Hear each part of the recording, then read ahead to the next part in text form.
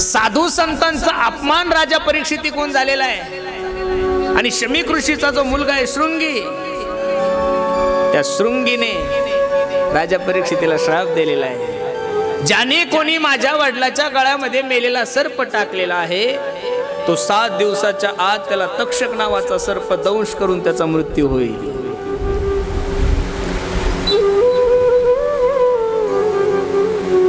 ही बातमी ज्या वेळेस राजा परीक्षितीला कळते त्यावेळेस राजाला दुःख नाही वाटत, राजाला तर आनंद वाटतोय की कमीत कमी मी 7 दिवस तर मरणार नाही याची मला गॅरंटी आहे. काय म्हणतोय राजा परीक्षिती? कमीत कमी मी 7 दिवस मरणार नाही याची मला गॅरंटी, अजून माझ्याकडे भरपूर वेळ आहे. खटवंगा राजासाठी 1 तास उरला होता तरी सुद्धा त्यांचा उद्धार झाला. 1 तास उरला खटवंगा रायासी भाग्य दशा कैशी प्राप्त झाली. आणि माझ्याकडे तर 7 दिवस आहे. भेटल त्याला विचारत होता, सांगा ना हो, ज्या व्यक्तीचं मरण जवळ आलं त्यांनी जीवनामध्ये काय करायचंय? त्या ब्रह्मसत्रामध्ये महर्षी वेदव्यासांचे शिष्य शुकाचार्य यांचं आगमन झालं. आगतम स्वागतम सुस्वागतम, महाराजांना बसण्यासाठी आसन टाकलंय. गंगेच्या किनारी सुंदर असं एक वृक्ष आहे, त्या वृक्षावर तिथं आसन टाकलंय आणि शुकाचार्य त्या आसनावर स्थानापन्न झालेले. आणि पहिला प्रश्न राजाने विचारला, महाराज काय सांगा ना, ज्या व्यक्तीचं मरण जवळ आलं त्याने काय करावं?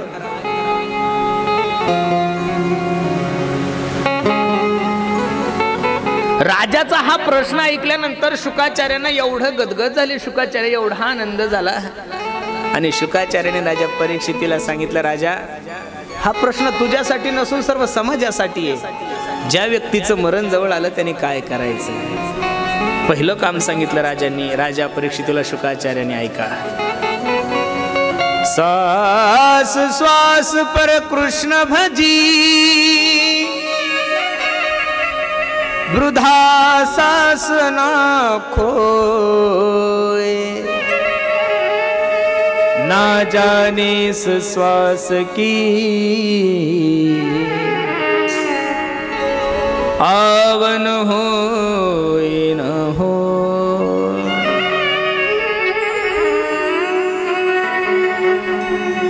पण या प्रश्नाच्या अगोदर, या प्रश्नाच्या उत्तराच्या अगोदर राजा परीक्षितीने शुकाचार्य महाराजांची पूजा केलेली आहे आणि त्यांना खूप खूप धन्यवाद दिलेले. एक सांगू तुम्हाला, तुमच्या आणि माझ्या उद्धारासाठी ज्या साधू संतांनी रात्रंदिवस प्रयत्न केलेले आहे ना, त्यांच्या उपकारातून ऋण नाही होऊ शकत महाराज. आपण केले उपकार सांगू मी काय, बापन करी ऐसी माँ. आई सुद्धा मुलावर प्रेम करते, बाप सुद्धा मुलावर उपकार करतात, आई सुद्धा मुलावर उपकार करतात, पण साधू संतांच्या उपकारामध्ये आणि आई बापाच्या उपकारामध्ये फरक आहे हो. कोणतीही माया असेल ती फक्त स्वतःच्या मुलावर उपकार करू शकते, सर्व गल्लीतल्या मुलांवर थोडं करणार आहे, नाही शक्य होत ना महाराज. मे महिन्याचे दिवस होते, दुपारचे 12 वाजलेले होते, सायंकाळची वेळ आहे, दुपारची वेळ आहे, 1 वाजलेला आहे. 10-5 मुलं गल्लीत खेळत असताना एका माय माऊलीने आपल्या लेकराला आवाज दिला, ए बाळू, ए सोन्या, अरे ऐक ना, ऊन लागल सावलीत आहे. त्यावेळेस तो मुलगा म्हणतो, ए माय, अगं माझे सर्व मित्र इथं खेळत आहेत, त्यांना नाही ऊन लागत आणि मला एकट्याला कसं ऊन लागल? त्यावेळेस त्या आईच्या मुखातले वाक्य किती सुंदर आहे, लक्ष देऊन ऐका. आई त्या पोराला म्हणती, बाळ्या, अरे त्यांना मरू दे, तू सावलीत आहे. काय म्हणती आई? त्यांना मरू दे, तू सावलीत आहे. पण नाही, साधू संतांनी असं केलं महाराज. अरे ज्या ज्ञानोबरायला लोकांनी मधुकरी तर दिलीच नाही, पण मधुकरीच्या झोळीमध्ये माती कालवली. विसोबा खेचरांनी गाडगं तर दिलंच नाही हो, पण छातीत लात मारली माझ्या ज्ञानोबरायच्या. काय नव्हतं करतात माझ्या ज्ञानोबरायला? तरी सुद्धा आपल्या सद्गुरूला मागत असताना स्वतःसाठी काहीच मागितलं नाही. किंबहुना सर्व सुखी पूर्ण होनी तिनी लोकी भजिजो आधी पुरखी अखंडित दुरितांचे तिमिर जावो विश्व स्वधर्म सूर्य पावो जो जेवांचिल तो तेला हो प्राणी जा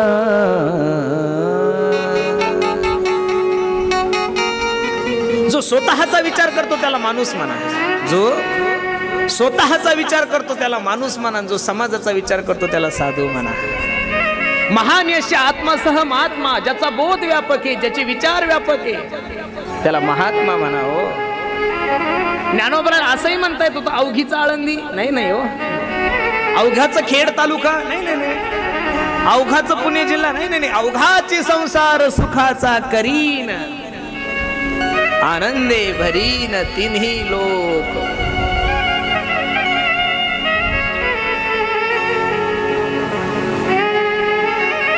साधूचा जन्म तुमच्या आणि माझ्या उद्धारासाठी आहे ऐसी कळवळ्याची जाती करीला भाविन प्रीती अपेक्षा नसताना प्रेम करणारी जात या विश्वाच्या पाठीवर फक्त संत आणि संतच आहे बाकीच्या लोकांचा जर विचार करू गेलो तर लोक प्रेम करत नाही असं नाही हो प्रेम करतात ना पण जोवरी चळन गातोवरी मनती माझा मानती लहान थोर देह सुखाची आकाजा इंद्रिय मावळली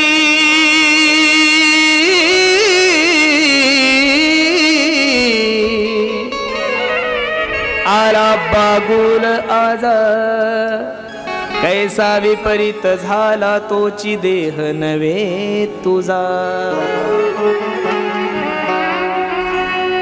जोपर्यंत चलती तोपर्यंत लोक तुमच्यावर प्रेम करतात हो पण कोणतंही कारण नसताना कोणती अपेक्षा नसताना रात्रंदिवस तुमच्यासाठी देह झिजवणारी जात जर या विश्वाच्या पाठीवर कोणती असेल तर ती फक्त संत आणि संत शुकाचार्य भगवंतांनी राजा परीक्षितीला सांगितलं राजा ज्या व्यक्तीचं मरण जवळ आलं त्यानं बाकी काहीच करायचं नाही श्वास श्वास पर कृष्ण भजी वृद्धा सास न खोए ना जानेस श्वास की आवन होए न हो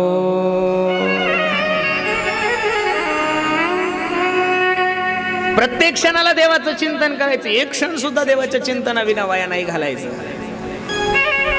कथेला बसल्यानंतर सुद्धा कथा कानाने ऐकायची असते कशाने ऐकायची असते कानाने पण मनात रामकृष्ण हरी चिंतन चालू ठेवायचं रामकृष्ण हरी रामकृष्ण हरी रामकृष्ण हरी रामकृष्ण हरी रामकृष्ण हरी इथं नाही भजन करणार तर कुठं करणार आहात तुम्ही मायबाप घरी तर एवढा गोतवाळा आहे आपल्या पाठीमाग तिथं आपल्याला झोपायलाच भेटत नाही तर नामस्मरण कधी करायला भेटणार आहे मग आता ही सुवर्ण संधी तुम्हाला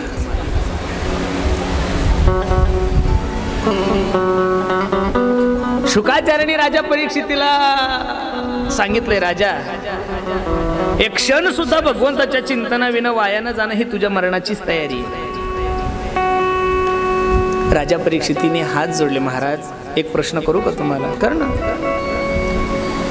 मी खूप काही परमार्थ करण्याचा प्रयत्न करतोय हो बऱ्याचशा वेळेस माझं मन परमार्थाकडे लावण्याचा प्रयत्न करतो पण हे मन खूप चंचल आहे हो ते मन पाहिजे तेवढं परमार्थाकडे वळत नाहीये आणि परमार्थ जो हा विषय आहे तो ना पंच ज्ञान इंद्रियाचा आहे ना पंच कर्म इंद्रियाचा आहे परमार्थ हा जो विषय तो मनाचा आहे परमार्थ करायचा सुद्धा मनाने आणि करायचा सुद्धा कोणासाठी मनासाठीच नेमकं आपलं तेच झालंय परमार्थ करताना दिसतोय आपण पण मन स्थिर नसल्यामुळे ज्ञानोबा हरिपाठामध्ये सांगतात ऐका ना ओ त्रिवेणी संगमी नाना तीर्थे भ्रमी त्रिवेणी संगमी नाना तीर्थे भ्रमे त्रिवेणी संगमे नाना तीर्थे भ्रमे त्रिवेणी संगमे नाना तीर्थे भ्रमे त्रिवेणी संगमे नाना तीर्थे भ्रमे त्रिवेणी संगमे नाना तीर्थे भ्रमे त्रिवेणी संगमे नाना तीर्थे भ्रमे त्रिवेणी संगमे नाना तीर्थे भ्रमे चित्त नाही नामी तरी ते व्यर्थ चित्त नाही नामी तरी ते व्यर्थ चित्त नाही नामी तरी ते व्यर्थ चित्त नाही नामी तरी ते व्यर्थ हरि मुखे मना हरि मुखे मना हरि मुखे मना हरि मुखे मना हरि मुखे मना हो हरि मुखे मना हरि मुखे मना हरि मुखे मना हरि मुखे मना आलाय कथेला सकाळी 12 वाजेपासून कथेच्या मंडपामध्ये येऊन बसलाय, पण मन घरीच आहे. काय फायदा आहे? कहा गए थे तो कहा नहीं और क्या लाया तो कुछ नहीं. म्हणून शरीराने कथेला येण्यापेक्षा मनाने कथेला येत जा. बऱ्याचशा वेळा असं असतं की इथं ज्या काही मायमावल्या बसलेल्या आहे त्यांच्या काही सुना घरी असतील, काहीच्या सासा घरी असतील, त्या घरी बसून विचार करत असतील, बाई आता महाराजांनी कथा सुरू केली असेल. सगळे गायक वादक एवढ्या आनंदानं सर्व काही वाजवत असतील, आता महाराज हा प्रसंग सांगत असतील, आता महाराज तो प्रसंग सांगत असतील, राधे राधे भजन चालू असेल, सगळे मंडळी नाचत असतील. ह्या त्या बिचाऱ्या घरी बसल्या बसल्या विचार करतायत. आणि काही काही मायमावल्या इथं बसल्या बसल्या विचार करत असतील, बाई तिथं घरी एकटीच आहे, शिरा करून खाती काय, भजे करून खाती काय, कॉफी पिती काय, फ्रीज मध्ये दूध ठेवलेलं आहे 2 लिटर दूध तर नाही पिणार ना, अर्धा 1 लिटर. मग खरं सांगू का, इथं बसून जर तुम्ही घरचं चिंतन करत असाल तर तुम्ही कथेला नाहीये, तुम्ही घरीच आहात. आणि घरी बसणाऱ्या मंडळी जर इथलं चिंतन करत असेल तर ते घरी नसतील, ते घरी बसून सुद्धा कुठेही कथेत आहे. म्हणून शरीराने कथा ऐकण्यापेक्षा मन इथं ठेवा. आणि मन तसं एवढं सोपं नाही बरं एका ठिकाणी लावणं. एका राधाराणीने एका भक्ताने राधाराणीला विनंती केली होती, राधे राणी ऐक ना, हो राधे तेरे चरणों की गर धूल जो मिल जाए, सच कहता हूँ मेरी तकदीर बदल जाए, तकदीर बदल जाए. राधे चरणों की, क्या बात है, रामा तेरे चरणों की धूल जो मिल जाए, सच कहता तकदीर बदल जाए.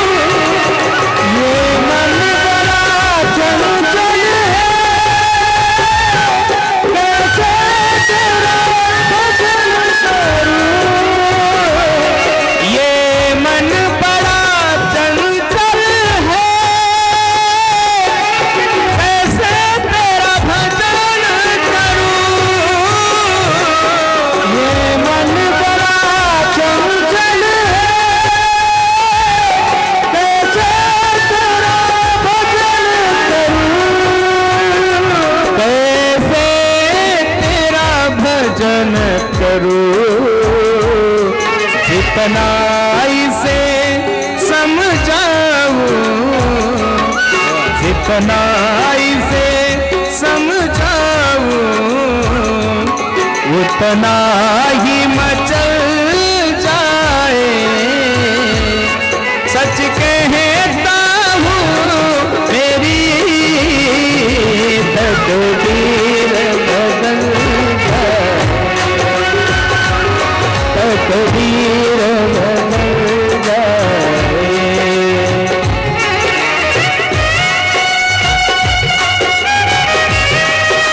जय हो।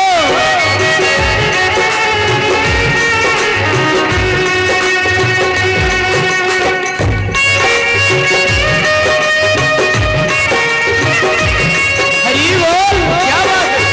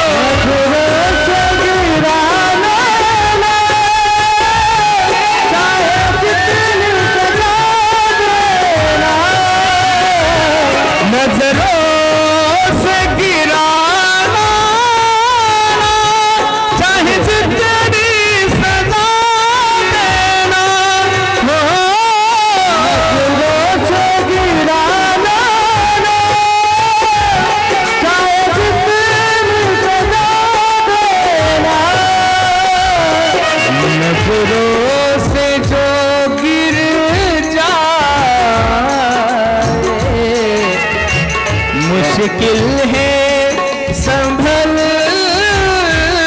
पाना, नजरों से जो गिर जाए। मुश्किल है संभल पाना, सच कहता हूँ मेरी तकदीर बदल जाए, तकदीर राधे तेरे चरणों की कर भूल जो मिल जाए। सच कहता हूँ मेरी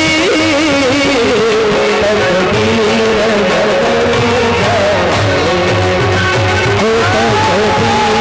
बदल जाए,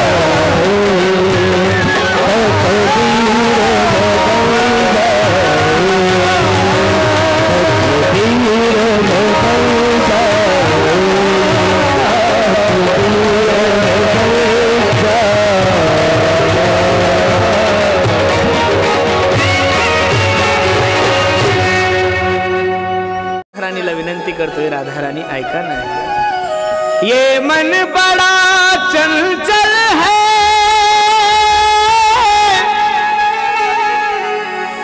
कैसे तेरा भजन करूं।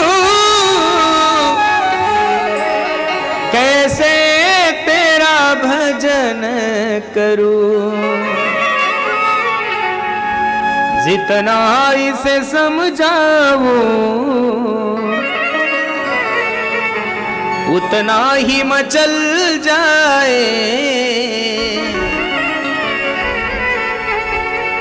चांगल्या गोष्टी ह्या मनाला शिकवावं लागतात महाराज. काय करावं लागतं? शिकवावं लागतं. वाईट गोष्टी शिकवायच्या काय गरज आहे? तुमच्या मोर्शी तालुक्यामध्ये शिवे शिकण्याचे काही क्लासेस आहे का?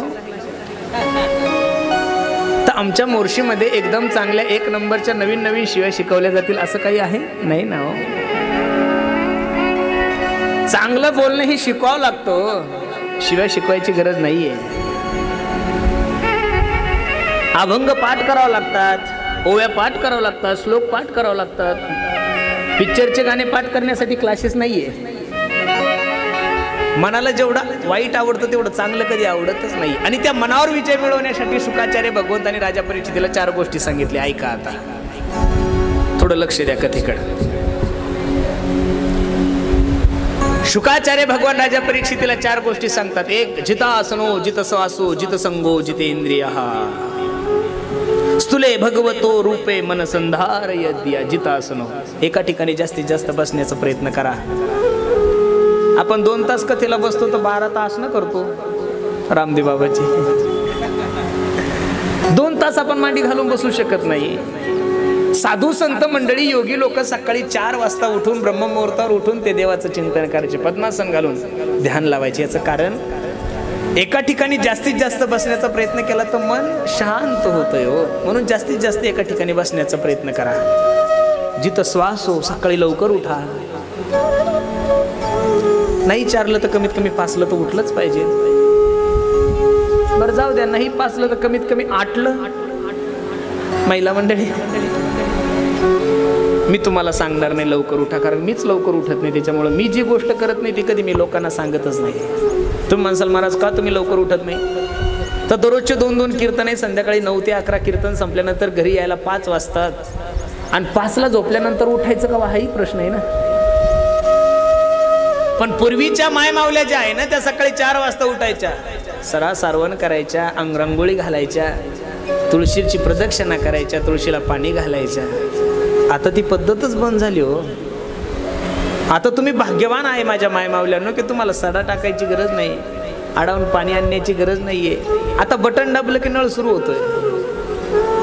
भविष्यात तर असं होईल की काही पाहुणे मंडळी महाराज लोक जर आपल्या घरी आले तर ग्लासमध्ये पाणी द्यायची सुद्धा गरज पडणार नाही. डायरेक्ट नळीच महाराजाच्या तोंडाला लावायची. खूप टेक्निकल दुनिया खूप पुढे चालली आहे. विज्ञान एवढं प्रगती करत आहे की भात बनवण्याची सुद्धा मशीन आहे. भात तयार करायची कुकर नाहीये, मशीन आहे. मी बँगलोरला आमच्या हरिकृष्णाच्या आश्रमामध्ये होतो ना, तिथं एक भात बनवायची मशीन होती. त्याच्यात तांदूळ टाकून द्यायची, पाणी टाकायचं, 10-15 मिनिटं झाले की ती आपोआप भात तयार होणार. असं बटन दाबलं की भात तयार होत होता. शिट्टी नाही, सुट्टी नाही, काहीच नाही, काहीच नाही. चपातीची सुद्धा मशीन आलेली आहे. आता भविष्यात फक्त 2 मशनरी यायच्या राहिल्या. कोणाचं लग्न असलं की वराड धरायचं आणि मशनीत घालायचं.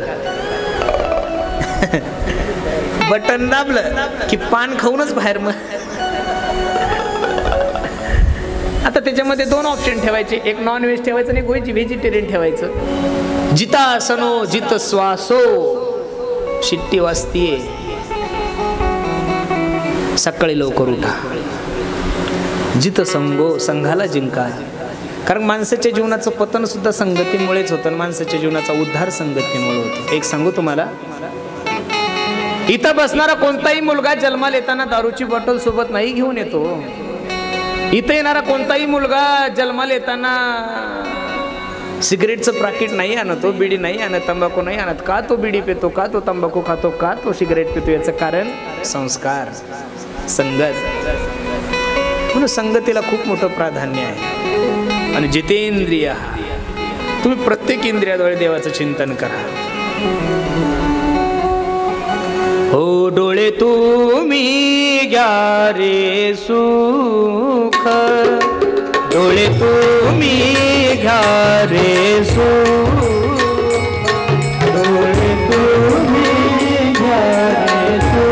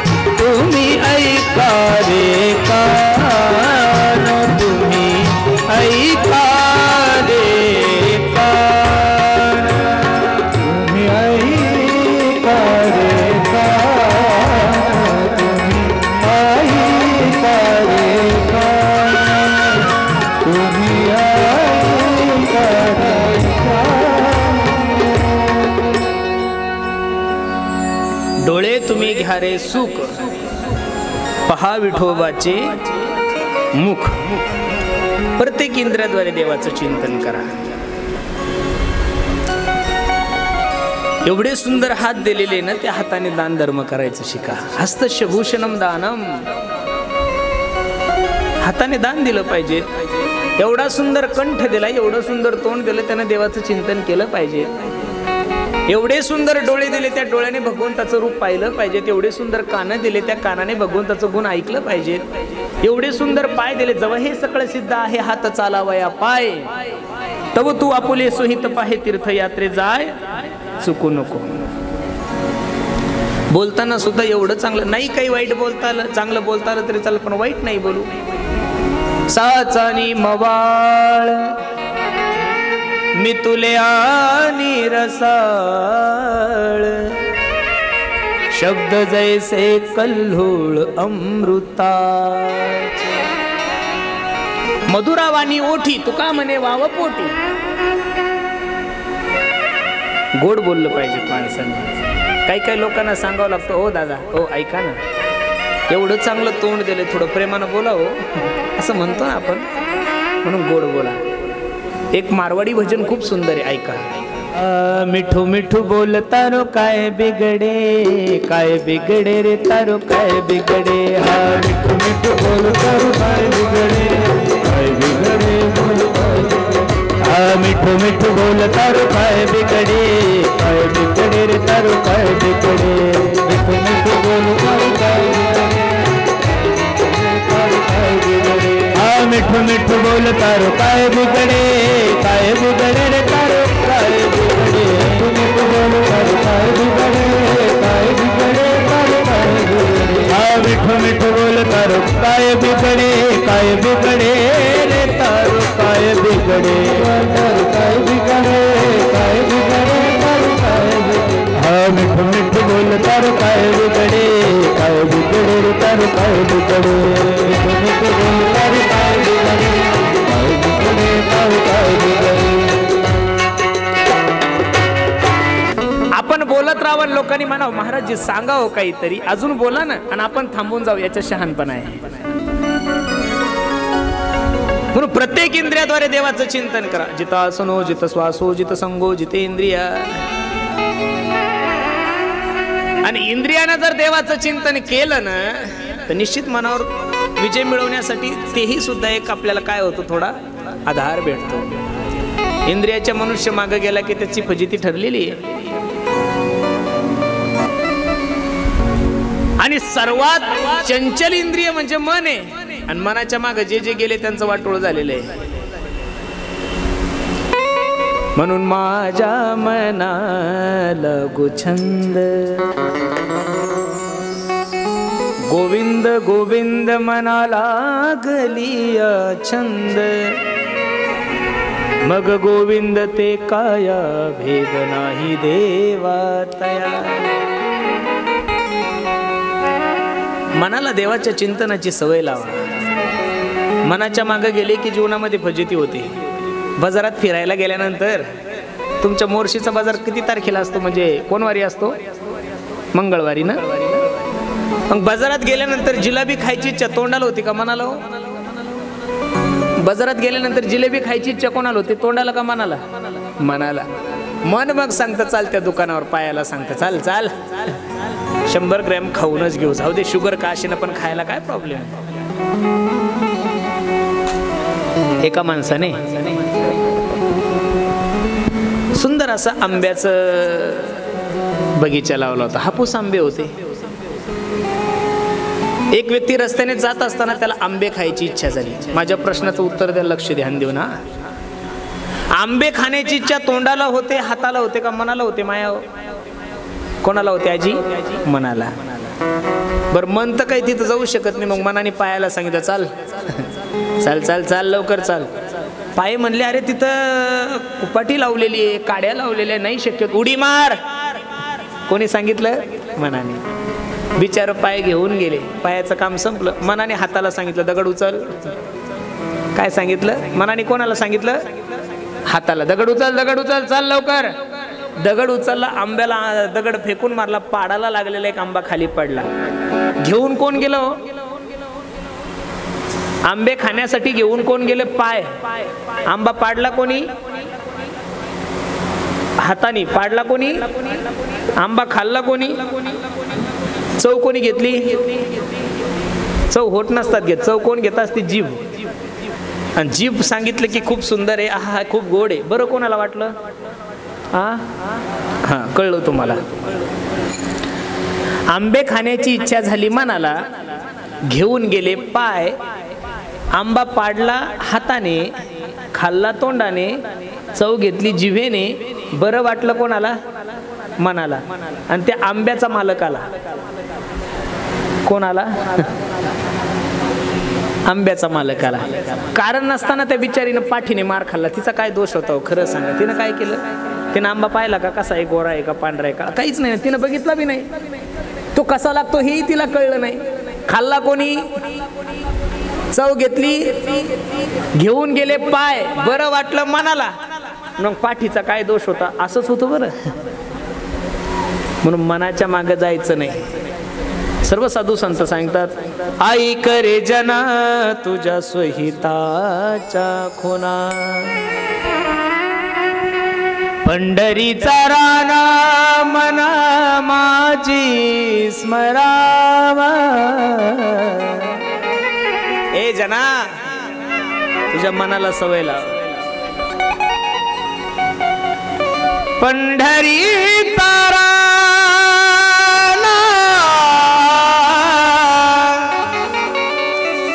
मना माझी स्मरावा. म्हणून मनावर विजय मिळवण्यासाठी राजा परीक्षितीला शुकाचार्य भगवंतांनी या 4 गोष्टी सांगितल्या. शुकाचार्य महाराज राजा परीक्षितीला, परीक्षिती राजा शुकाचार्याने एक प्रश्न करतो. महाराज बोला ना. एक प्रश्न करू का मी तुम्हाला? विचार ना राजा. भगवंत ही सारी सृष्टी कशी निर्माण करतात हो? ही कथा तुम्ही आम्हाला सांगा. तसं तर भगवंत पहिला एकटाच होता. एकलेची न कंटे म्हणून आयेने केली निर्माण ओ 14 भुवने. गगन चंद्र सूर्य मेघ तारांगणे. 5 ही महाभूते भौतिके भिन्ने भिन्ने ओ. ऐसा लाघविया माया सूत्रधारी. पहिला एकटा होता. अनेक होण्याची इच्छा झाली, अनेक होण्याची इच्छा झाली. मग एकटा असताना त्या भगवंताच्या नाभी कमळामधून एक कमळ जन्माला आलं. त्या कमळामधून ब्रह्मदेवाचा अवतार झाला. कोणाची उत्पत्ती झाली? ब्रह्मदेवाची. कमळामधून, भगवंताच्या नाभी कमळामधून ब्रह्मदेवाची उत्पत्ती झाल्यानंतर ब्रह्मदेव विचार करू लागले, माझा अवतार कसा झाला, मी कसा जन्मलो, हे बघण्यासाठी बरेचसे प्रयत्न केले. पण ब्रह्मदेवाला कळलंच नाही आपला जन्म कसा झाला. आकाशवाणी झाली, ब्रह्मदेवजी तप करा. आणि तप करा म्हणल्यानंतर 1000 वर्ष ब्रह्मदेवाने तप केलं. आणि तप केल्यानंतर मग ब्रह्मदेवाला कळालं की माझा जन्म भगवान नारायणाच्या नाभी कमळामधून झाला. ब्रह्मदेवाला नारायणाने सांगितले, हे बघ, सृष्टीची रचना कर, सृष्टीचा विधाता हो. ब्रह्मदेव मनातल्या मनात विचार करू लागले, साधं सरपंच पद भेटलं तरी मनुष्य गावात कोणाला भेट नाही, ग्रामपंचायतला निवडून आला तरी मनुष्य कोणाला भेट नाही, आणि सृष्टीचा अधिपती झालोय, सृष्टीचा जर मालक झालो तर मला अहंकार होईल, माझं पतन होईल. म्हणून मला ज्ञान सांगा जेणेकरून माझं पतन होणार नाही. म्हणून भगवान नारायणाने पहिला 34 श्लोकी भागवताचा उपदेश ब्रह्मदेवाला केलेला आहे.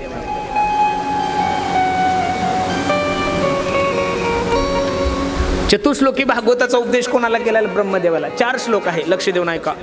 अहमेवासमेवाग्रे नान्यद्यत् सत्सत्परं पश्चादहं यदेतिश्च यो शिष्यत सोऽस्म्यहं ऋते हर्तयत् प्रतीयेत न प्रतीयेत चात्मनि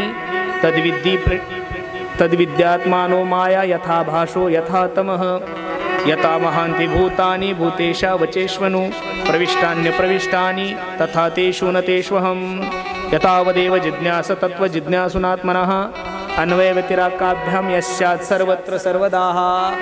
या 4 श्लोकामध्ये ब्रह्मदेवाला नारायण भगवंतांनी काय सांगितलंय? चतुश्लोकी भागवताचा उपदेश केला आहे. पण हे सर्व सांगत असताना ब्रह्मदेवाना शुकाचार्य भगवान राजा परीक्षितीला सांगतात, ठीक आहे महाराज,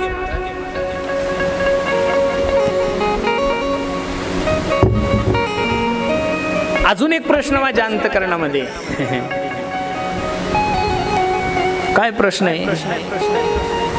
भागवतामध्ये बहुतांशी सर्व प्रश्न उत्तरीच आहे.